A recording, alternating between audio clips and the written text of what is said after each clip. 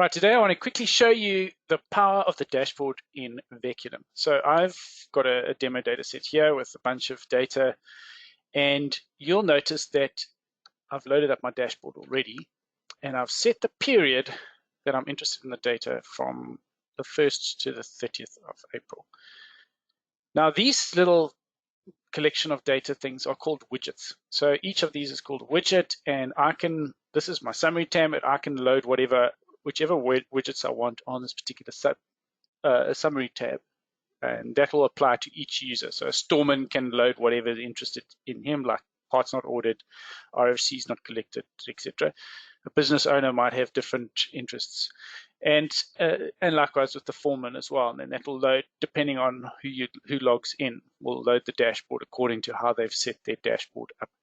Now I can have a quick bird's eye view here of any areas that are problematic in my business. So if I'm looking at this and I'm saying, oh, there's a job overdue, if I wanted to drill down, and each of these widgets I can actually drill down on. So if I wanted to see which jobs are overdue, I can drill down to that particular widget, and I can see, okay, there's a list of the work in progress, and this lists me the jobs that are overdue. In this case, it's just the one.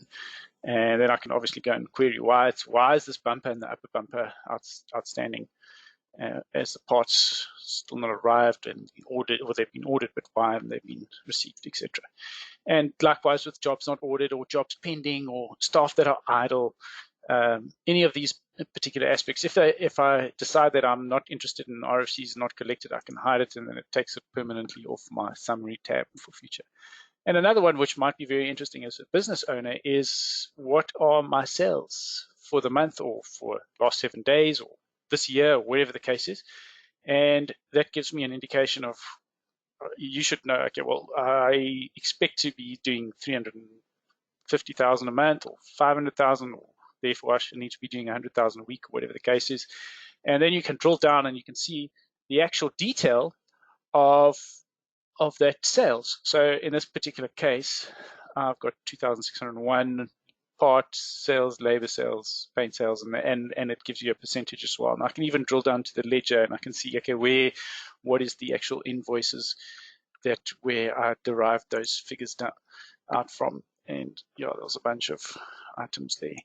So yeah, and then there's a whole bunch of other widgets that I can go and add. I can add as many widgets as I want to my summary tab. I might be interested in quotes that have been finalized. Quotes finalized are very interesting because those are ones that haven't been approved yet, but we're waiting for the client. So I can drill down and I can follow up with those clients, why they haven't accepted the quote, etc.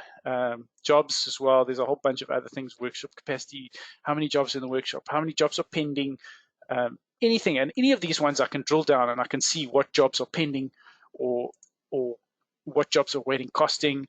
And likewise with the purchasing side, there's a whole bunch of stuff on the stock side. You can see what critical stock needs to be reordered, or what parts are expected in today, or RFCs that haven't been collected.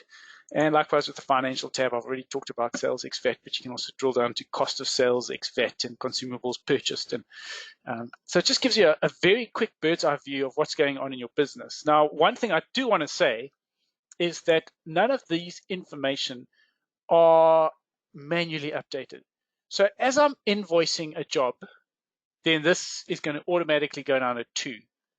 And as I'm booking in jobs, then the jobs pending will go down from 4 to 3. So all automatically. So no one's updating this manually behind the scenes, other than that they're just following the process of doing their daily job, booking in a car, invoicing a job, ordering parts, etc. So it's an extremely powerful way of just having a bird's eye view, knowing exactly where the problems are in your shop, and then going to those problems and resolving those problems, rather than just sort of guessing at where the problems are. So yeah, I hope you find that helpful, and that it'll be of benefit to you.